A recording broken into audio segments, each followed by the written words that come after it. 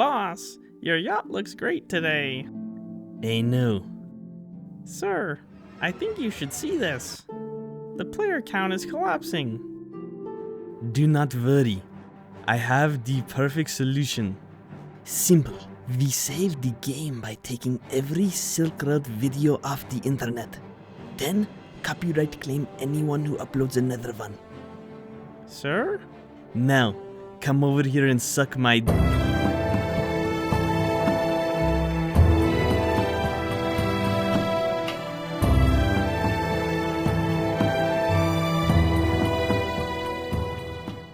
Have you ever seen a game developer get something so wrong that it almost felt intentional?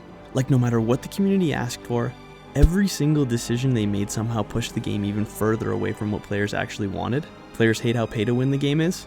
No worries, let's make it even more pay to win. Players are still creating videos, streaming the game, and trying to keep the community alive? Perfect, let's copyright strike them and get their videos removed. And they almost succeeded. After 12 years of promoting Silkroad, my entire channel came within days of being deleted, simply because I made videos about the game I love. Players just want to log into the game? Sorry, we still haven't figured out how to stop one player reportedly running 421 accounts on one computer, filling the entire server and turning selling gold into a full-time career.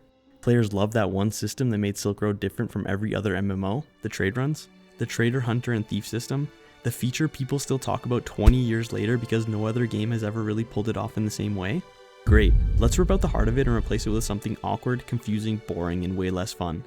And at one point, the developers were hated so much that there's even an old story about angry players showing up at Gamescom to confront them in person. But more on that later. Because no, you're not imagining it. That's basically Silkroad Online. This was once one of the biggest free-to-play MMOs of its era. From around 2005 to 2010, Silkroad was an absolute powerhouse. Then came the years of bots, pay-to-win systems, impossible login queues, terrible updates, zero communication, and so many back-to-back mistakes that it's honestly hard to believe somebody behind the scenes thought these were the right decisions. Unless they didn't. Because today, we're doing a deep dive into the MMO that feels like its own owners have been trying to kill it. But before we get into how everything went wrong, I should probably explain what Silkroad Online actually is. Silkroad is a free-to-play MMO originally launched internationally in 2005 by the South Korean developer JoyMax. JoyMax was acquired by another Korean company called WeMade in 2010 and was eventually renamed WeMade Max. Today the international version is still connected to WeMade Max, while Turkish company Gamescom publishes official Silkroad Online services for the Turkish and Arabic markets, which is probably why a lot of people now associate the game with Turkey. The original game started with Chinese characters, and the European race was added later in 2007. From that point forward, Silkroad had two completely different races, each with its own cities, weapons, armor, skills, and completely different ways of building a character. But the feature that truly made Silkroad special was its job and trade system. Traders would purchase goods in one city and attempt to transport them across the map for a profit. Hunters would protect those traders in exchange for a fee based on a percentage of the goods. And thieves would hunt down those caravans, kill everyone protecting them, steal the goods, and sell them for themselves. It created this massive open world conflict where one normal trade could suddenly turn into a full-scale war between dozens or sometimes hundreds of players. And somehow fast forwarding all the way to 2026, there's still absolutely nothing else like the trade system in Silkroad. I've never played another MMO that captures the same feeling of loading up a caravan, leaving town with your guild, and knowing another group could attack you at any moment. That was the magic of Silkroad. But one brilliant idea can only carry you so far when almost everything around it makes the game miserable to play. And the first problem most Silkroad players probably remember is the botting. Botting is a problem across the entire MMO genre, but the way Silkroad handled it was uniquely disastrous. Silkroad was, and somehow still is, an insanely grindy game. At the beginning it didn't seem that bad. You'd leave Jang Yang, kill some Mang Yangs, finish a few quests, and level fairly quickly. Then the game would slowly start taking more and more time. Silkroad didn't just ask you to grind. You could spend hundreds, and eventually thousands of hours killing the same monsters to reach parts of the game you actually wanted to play. All the best parts of Silkroad were waiting at the end of one of the longest grinds imaginable, so naturally people started looking for another way. Bots appeared incredibly early. By 2007, one community maintained list claimed there were more than 1,100 suspected bots on the Athens server alone. So botting wasn't something that already had appeared after Silkroad had started dying. It appeared while the game was still exploding in popularity. and once it started, it took over everything. You had regular players botting because they didn't want to grind manually for 15 hours a day. You had gold-selling companies running entire armies of characters. You had clientless bots that didn't even need to display the actual game. One computer could run dozens and eventually hundreds of accounts at the same time. Entire grinding areas would be filled with characters moving along the exact same paths, killing the same monsters, and returning to town without a real person ever touching the keyboard. The craziest part is that botting became so normal. A lot of players barely even saw it as cheating anymore. And I'm not saying this as somebody who stood above all of it and played completely legitimately. I botted too, and at one point I had around 12 gold bot parties running on the official servers. That was almost 100 characters. I wasn't sitting there manually controlling 100 different characters because that sounded like a fun way to spend my afternoon. I was doing it because that's what Silkroad had become. The game rewarded automation more than it rewarded actually playing. And instead of seriously changing the progression system that made botting feel necessary, JoyMax barely did anything meaningful. They had a few weak attempts here and there, like placing bot killing NPCs near town exits. That worked for less than a day before the botters figured out how to avoid them, and then everything went back to normal. The obvious solution was to make the grind more reasonable. Increase the XP rates, increase the skill point rates, increase the drop rates, let people reach the job system, PvP, and guild content without leaving a program running for 6 months. Give players a reason to actually be at their computer. You'll probably never eliminate botting entirely, but you can at least stop designing the game in a way that encourages behavior only a robot will follow. JoyMax didn't do that, so the bots kept multiplying, and eventually they created an even bigger problem. Oh, and because I know a lot of you guys are going to ask where I'm currently playing, a massive thank you to the Reuploading team for inviting me to their private beta. A lot of the gameplay throughout this video was recorded there. It's the very first European-only 40-cap server, with a super old-school style, an awesome development team, and perhaps most importantly, no virus when you download it. Reuploading officially launches on August 21st, so if that sounds like the kind of Silkroad server you've been looking for, definitely check it out. Silkroad servers could only hold a limited number of characters. Once a server was full, nobody else could enter. And because Silkroad was filled with bots running 24 hours a day, the servers were constantly full. The bots were inside playing the game, the humans were outside staring at the login screen. And somehow, JoyMax looked at that clearly massive problem, and instead of trying to fix it for the players, they found a way to monetize it.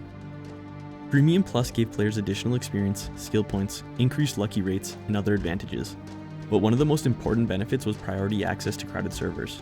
Free players couldn't log in because these bots were taking all the spaces, and the solution was to sell free players an item for real money that allowed them to skip past the traffic created by the bots. That's incredible. They were basically monetizing their failure to control the game. And the problem didn't just disappear after Silkroad stopped being one of the biggest MMOs around. I tried entering an official server without paid access much more recently. It took me around 18 hours to log in. I'm not exaggerating. 18 hours before I could even enter the game. Not 18 hours to reach the cap, not 18 hours to farm a weapon, not 18 hours to become competitive, 18 hours to walk through the front door. In that amount of time, I could have joined the right private server, created a character, reached the level cap, started farming equipment, and probably even been involved in PvP. On official Silkroad, you're still standing there staring at the login screen like an idiot. And who's gonna do that? Most people coming back to Silkroad are returning because they remember playing it 15 or 20 years ago. They see Jang Yang, they hear the music, they remember running caravans with their friends or staying awake all night trying to find Tiger Girl. They think maybe I'll give Silkroad another try. Then they download it and spend the entire day waiting to enter the server. They're not waiting 18 hours, they're uninstalling it. Nostalgia's powerful, but it isn't that powerful. The solution here really isn't complicated. Limit the number of accounts that can connect from one machine, actually investigate the farms running hundreds of characters, improve server capacity, give normal players priority over obvious clientless gold bots, and most importantly, don't charge people to solve a problem your own lack of enforcement created. But this was only the tip of the iceberg. It was also the point where Silkroad's pay-to-win system really started taking off.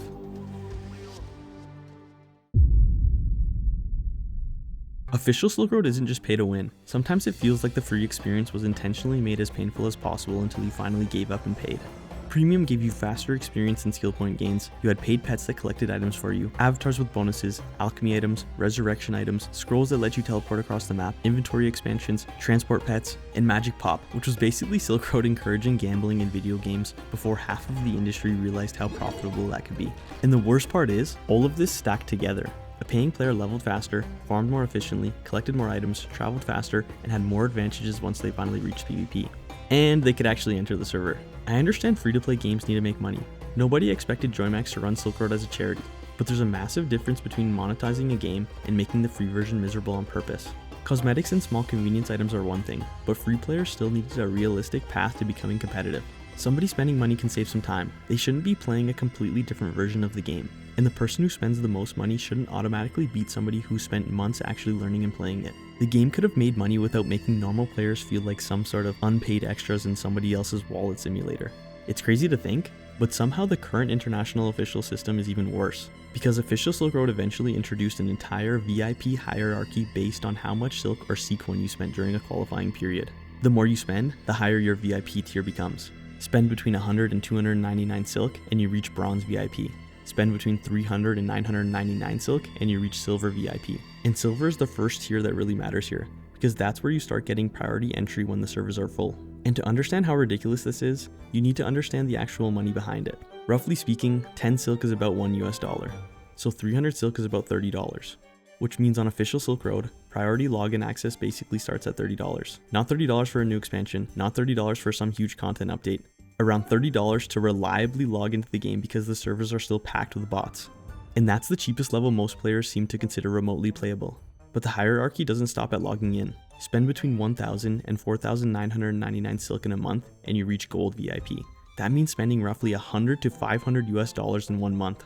And now your character gets 10% more physical and magical attack, additional attack rate, damage absorption, and access to an automatic skills system. Spend 5,000 Silk or more and you reach Platinum. That's around $500 or more in a single month. And Platinum is where the system gets even more ridiculous. Now you get 10% more physical and magical attack, 10% more attack rate, 10% damage absorption, 10% parry rate, 5% more movement speed, priority entry, auto skill, and auto hunt. Yes, the game that spent years being destroyed by bots eventually locked official auto hunt behind one of the highest spending tiers. And auto hunt is exactly what it sounds like. You set up the macro, choose the skills, activate auto hunt, and your character can attack monsters automatically. To be fair, it's not exactly the same as a full third-party bot that can run you back to town, buy pots, walk to a new spot, and manage everything for you. But it still lets your character grind without you actively playing. So after years of bots taking over Silk Road, the official solution was basically spend enough money and we'll give you your own version. And then there's the highest rank that goes to the 10 biggest spenders on the server. Not the 10 best PvP players, not the 10 strongest guild leaders, not the 10 players who achieved the most inside the game, the 10 players who spent the most money. And the insane part is, that tier doesn't even have a clean fixed price. It's whatever it costs to outspend everyone else. That's insane. It's basically uncapped. Platinum already starts at around $500 a month, but the top 10 tier depends entirely on what everyone else on the server is spending. If 10 other whales spend more than you do, too bad, you're not top 10 anymore. And the reward for making it into that top 10 is an even bigger stat boost. 20% more physical attack, 20% more magical attack, more attack rate, more damage absorption, more parry rate, more movement speed, faster berserk generation, priority entry, auto skill, and auto hunt. It's basically a leaderboard for opening your wallet. And the reward for winning is that your character becomes objectively stronger than anybody else, at least until the next month starts, or until your credit card maxes out, whichever comes first, I guess. Almost every old Silk Road player knows somebody who got hacked. You'd log in one day and your equipment, weapon, gold, or even your entire account was gone. And in early 2012, account hacking became a major problem across the official servers. My friend Guy was so worried that he locked every piece of equipment through Silk Road's paid lock system, using a separate email address for each item. When Joymax went down for maintenance, he sat at his computer refreshing the launcher non-stop. With so many accounts being hacked, he wanted to be one of the first people back online, before anyone else could log into his character and take his items. He updated the launcher immediately and entered while the server was still practically empty. But his character was already completely naked. Every item was gone, every lock had been removed, and none of the email accounts showed a login attempt, unlock request, or a verification message. There simply didn't appear to be enough time for a normal hacker to bypass every lock and move the items before he logged in. We can't know exactly what happened, but Guy became convinced that whoever did it had access an ordinary hacker shouldn't have had. Guy eventually bought his equipment back, but having his account wiped with no explanation or help from Joymax killed his desire to keep playing. Because when you contacted Joymax support, good luck. I learned that personally around 12 years ago. My account was hacked, my character was completely cleaned out, and the hacker even gained access and tried taking money from my PayPal account. I contacted Joymax support and from what I remember they were basically useless.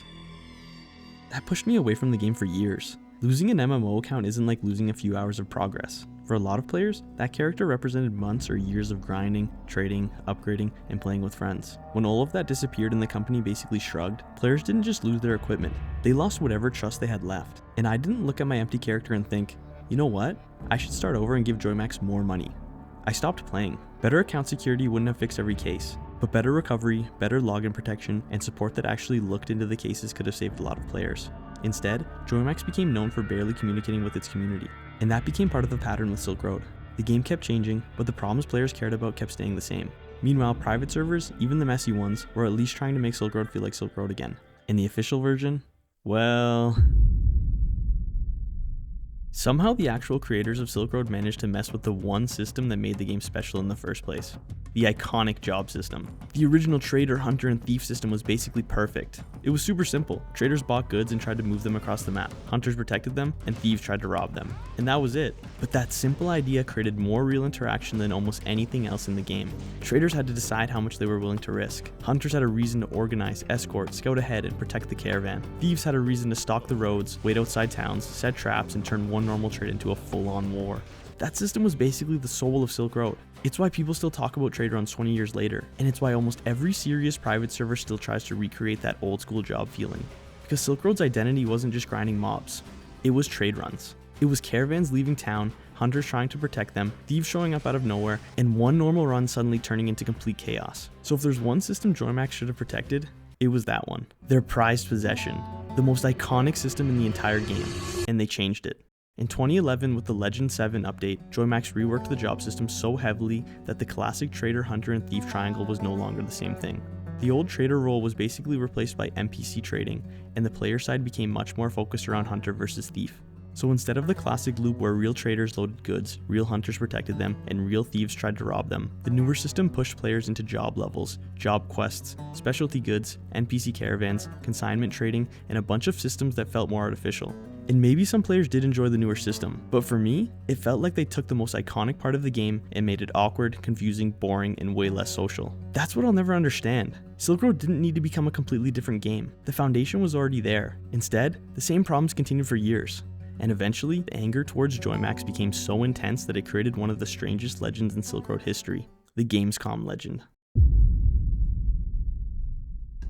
There's an old story from the German Silk Road community about JoyMax attending Gamescom, and this is where you start to understand how hated JoyMax had become. Because according to the version people tell, players were so angry with the community that they didn't just want to complain on forums anymore. They wanted to confront them in person. There's even an old German YouTube video that talks about this story, and the way it gets told is basically that angry players organized through the forums, showed up at Gamescom, found JoyMax, and wanted to physically go after them. Some versions of the story go even further and say the players destroyed the booth. Then according to the legend, JoyMax came back during a later Gamescom but stayed hidden in the VIP area because they were too afraid to go on the public floor. And apparently, players found them there too. It's one of those stories that sounds completely insane. And to be clear, I couldn't find reliable evidence that players actually destroyed a JoyMax booth or physically attacked employees. The surviving German forum thread I found from Gamescom 2009 mostly shows players arranging to meet at a community administrator stand and one person joking about throwing tomatoes.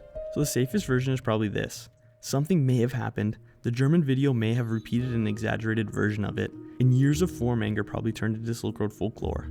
But the crazy part isn't even whether every detail is true. The crazy part is that Silk Road players heard the story and believed it. Nobody heard that angry players tracked down JoyMax at Gamescom and thought to themselves, no chance, everyone loves JoyMax. They heard it and thought, yeah, honestly, that sounds about right.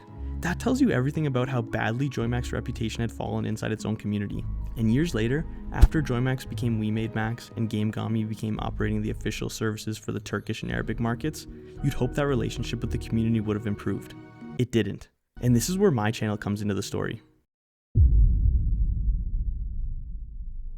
I made my YouTube channel back in 2014. Back then it was not some serious creator project. I just liked Silk Road and wanted somewhere to upload random videos. Sometimes it was a fight, sometimes it was a build, sometimes it was just a random clip I thought was cool. I'd post for a while, disappear for a while, come back again, and then disappear again. That was basically the channel for years. But at the beginning of 2026, I started taking it seriously. Silk Road's community felt completely scattered. A lot of former players didn't even know the game still existed. Official servers were in the state we've talked about, and the private server community was split across random discords, old groups, and whatever server happened to be launching that month. So I started posting consistently. PvP fights, job wars, builds, events, uniques, random moments from different servers, basically anything that made Silk Road look alive. Over time, that turned into hundreds of videos and millions of views through shorts. Former players were showing up in the comments saying they hadn't thought about Silk Road in years. And then my long form video happened. My video about why Silk Road players can never fully quit passed 130,000 views. For Silk Road, that's massive. And right after my video went live, Google searches for Silkroad Online jumped to their highest level in a full year. The Silk Road subreddit used to feel almost dead. Some months it felt like there was barely one post. Then after my long form video, people started showing interest again. There were daily posts from users asking where to play, what servers were active, whether official Silk Road was worth touching, whether private servers were better, and what builds people should make. Some posts were even directly about me and the video. And that might not sound huge if you're used to massive gaming communities, but for Silk Road it mattered. For the first time, it genuinely felt like I was helping revive the community. And you'd think the companies operating the game would be happy about that. Maybe they'd reach out, maybe they'd say thanks, maybe they'd offer some creator support, maybe they'd share the video, maybe they'd send me flowers. I don't know, something. But no, instead, Gamescom submitted 22 copyright claims against my channel. Those claims resulted in 5 copyright strikes. For anyone who doesn't know how YouTube works, 3 active copyright strikes can terminate your channel. And when YouTube terminates your channel for copyright strikes, you're not allowed to just make a new one and start over. They sent 5 strikes. 3 would have been enough. 5 felt like they wanted me completely removed from the Silk Road scene. Not just take down this video, more like get out, delete everything, and do not make another video for this community again. Apparently I'd committed the horrible crime of promoting their game for free. It honestly blows my mind that after all the free exposure and all the free promo I did for them, they want to take down my channel. That sounds completely insane. And it's not like I was just downloading official advertisements and uploading them untouched. I played the game, recorded the footage myself, chose the clips, edited the videos, and added the music, text, jokes, graphics, timing, and pacing. I used gameplay to tell stories. I'm still invisible. The hunter doesn't even know I'm here. Show builds, document fights, and show what's happening inside the community. And apparently, that was enough for Gamescom to put my entire channel at risk. So I did what anyone would do after receiving 5 copyright strikes. I removed practically every Silk Road short I'd made. Nothing too serious, just around 200 videos with millions of views, a year of recording, editing, and uploading, gone. I didn't remove them because I suddenly hated the videos. I removed them because after 5 strikes, I couldn't risk Gamescom striking more. And one of those wasn't just some random clip. As far as I could find, it was the most viewed Silkroad Online short on YouTube.